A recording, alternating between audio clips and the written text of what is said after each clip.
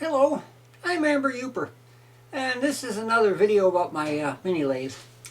And as those of you who are into these lathes know, this is a central machinery 7 by 10 mini lathe, which means that the working area here theoretically can be 7-inch diameter by theoretically 10-inch length.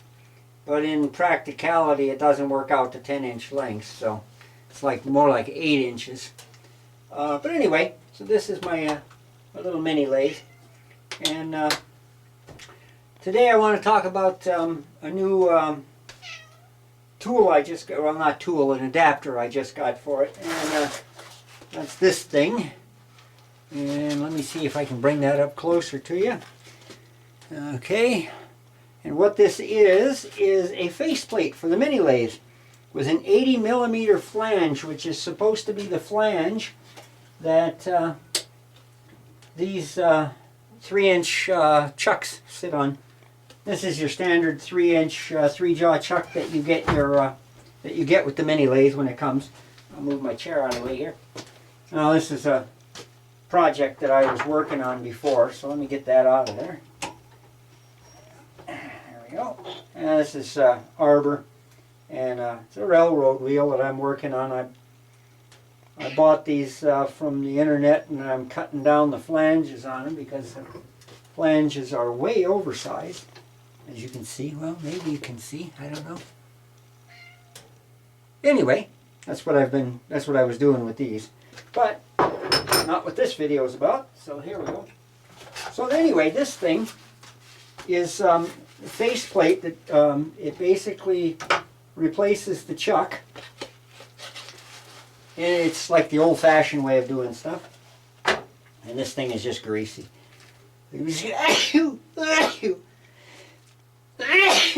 Okay, and now back to the show. So this thing is just greasy. It's all the packing grease that they ship it in. And I'll swivel this around so you can see it a little better. I hope this isn't too bright in the camera. Anyway, there it is. And maybe I can bring it closer. You can see it. This is the back side of it. This is the flange that the part that bolts onto the lathe spindle. And this is the front face of it. I'll just take it out of the bag here. I gotta wipe this thing down before I do anything with it because it is greasy.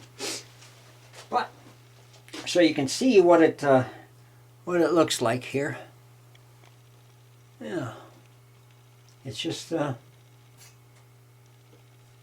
faceplate with a bunch of holes or slots in it, and basically what those slots are for is mounting points for hold down clamps.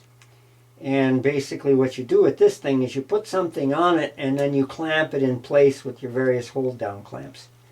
And I believe this is a 6-inch faceplate. And like I said, it's greasy. So I'm going to clean it up somewhat, and then I will get back to you. Let me put this on hold. And now I got most of the grease off. I don't know, you probably can't tell, but at least now I can handle it without it being all slippery and stuff. Okay, so this is like I had said before, and maybe you can see it this way a little better. Get it just right. There we go. This is the flange that mounts onto the lathe spindle, and it fits where the lathe fits. Now I could mount this directly to the spindle. That would be the normal way to do it, but I have an idea because a few years back, before I had the lathe, I bought this thing from a little machine shop. That's where the faceplate came from. I've had this thing, I don't know, it's probably 5 years, 6 years. I bought it because I was trying to figure out how to convert a drill press to use it somewhat like a lathe.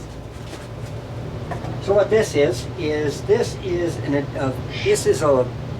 an adapter, and it's basically for a 3-inch chuck, and the chuck would mount here with the 3 holes, and in the back there's a 1/2-inch hole drilled and tapped for threads, and 1/2 inch 20, so it's 20 threads per inch.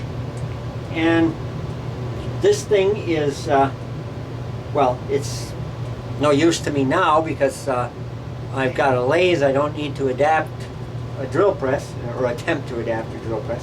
But it occurred to me that I could use this as an adapter for the faceplate to put on here, and then put the faceplate, put this thing in the chuck. So what we're going to do right now, let me, there we go. We go like that, and then I have to move the camera a little bit up, and then we'll do that. Okay, so now you can see what I'm doing here. I'm going to open the jaws. I don't know if I can open them far enough for this thing, actually. Wouldn't that be something? Okay. So, yep. Can't open them far enough for this thing to go in. Well, then we have the other way to do it. There we go. These are my other chuck jaws. And these go in the other way, of course. Instead of going in like this, as you can see, the steps go to the outside. These go in like this. And you can't see it because the camera's pointed wrong. Ah, there we go. Now, these go in like this instead of the other way. So let's do that. I have to find, here's the number 1. So you have to put these in sequence. This is jaw number 2, jaw number 1, jaw number 3. Okay, so these are already loose, so they come out. These are all numbered, so you get a lesson in how to change the chuck jaws while you're at it. Okay, so there's that one. Now I have to wind it until that one catches. Okay, so that one's caught. And I have to set there's a spiral thread inside there, and that registers on, let's put it over here. You can see these things here. These are the teeth, I guess you'd say, that the spiral thread on the inside of the chuck registers to. So now I've got the first one caught in that, and now I'm going to put the second one in. And this one's really tight. Okay. Well, I'll get back to you in a minute. Okay, well that was a bit more of an adventure than I was expecting. So anyway, here's the third jaw, and we got to put that in. And let's see, make sure I got that gear in the right place. Put that in there like that. Okay, now a little bit of oil on that so it goes in a little smoother. Always a good idea. Okay, so jaw number 2 is tight, real tight, but it's working now. So anyway, back to the thing at hand, this thing.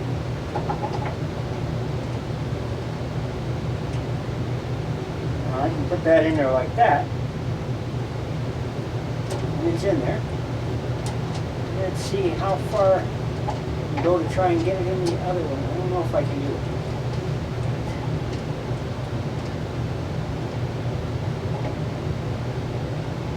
Without losing the threads on it.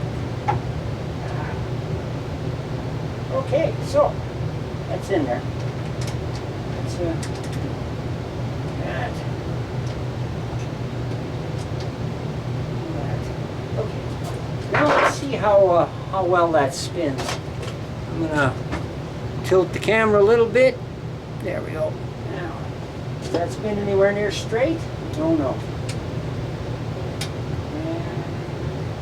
There we go. Turn it on. Oh, can't forget my shield.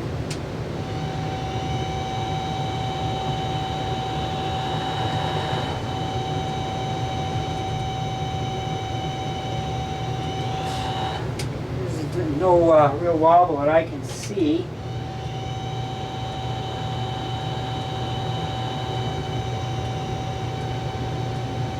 Looks good. So, open this up, that, and then this will go on like this, except it doesn't fit on that, and I know it. So basically, what I have to do is I have to trim down this little edge right here a little bit. I'm going to take a little bit off that edge in order to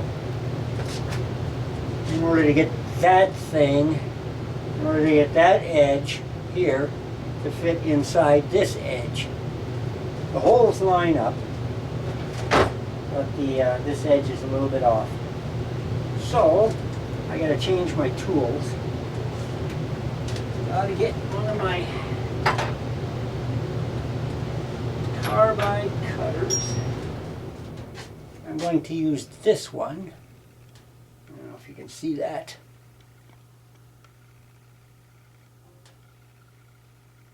And it's got the little replaceable things. I want to use that one. Do I want to use that one, or do I want to use the other one? Well, now there's a good question. Depends on which approach I take to it, I guess. Let's use this one. Okay. So, in case you're wondering, yeah, you can't even see that. All right. So, see that green thing there? That's just a chip catcher to keep them from getting all over the bed of the lathe. So we'll change out this cutting tool here.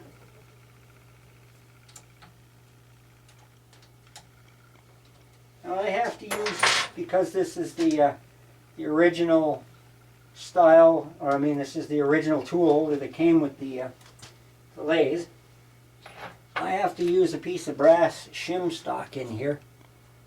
And let's see if you can see that. Yeah, probably not. Okay. Anyway, I have to put a piece of brass shim stock underneath the tool when I put it in there, because if I don't, it's too low. These are 5/16 tools, and they're too low for the. I mean, they're if you put them in there just by themselves, they're below the center of the cut. And this almost brings them up. So let me shut off the camera here for a second, and I'm going to reposition this camera. Okay, I think this is the best I'm going to get for that. So let's give this a whirl.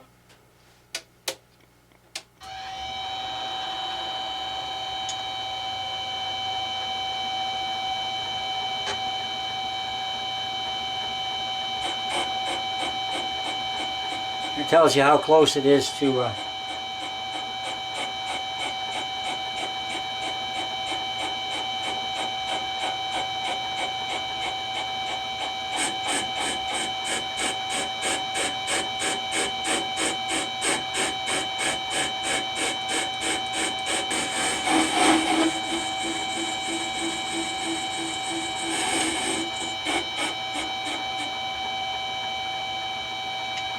Okay, so we'll back it off.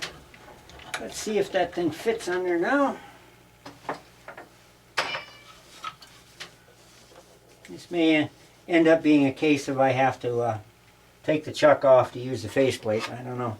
We'll see. Nope, not quite yet. Yeah, we'll try it again.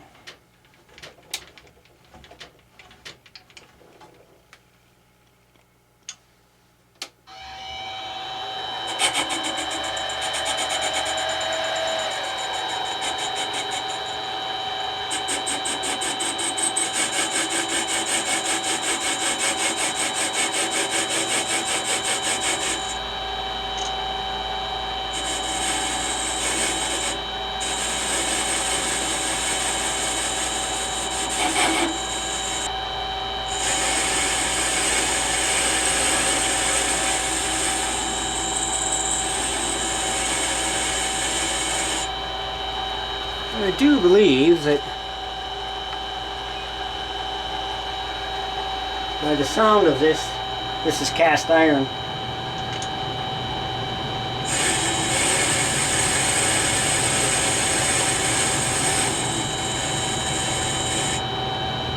The sound in the powdery chips. Now let's check it again first before we go any further. And there, of course, is your bit of what do they call it, swarf?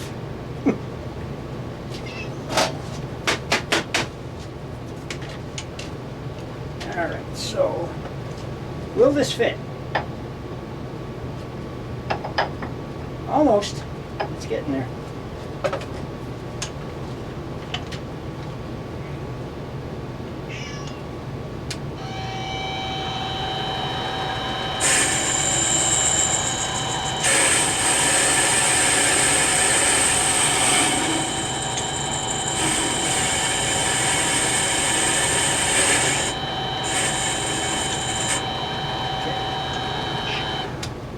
Try it again. You can hear my cat protesting because I'm not paying attention to her. So, there it is. Now, let me move the camera again so you can see it better. Okay, so there's the piece right here. The registration thing sticking out. Still gotta clean that up. I should do that right now.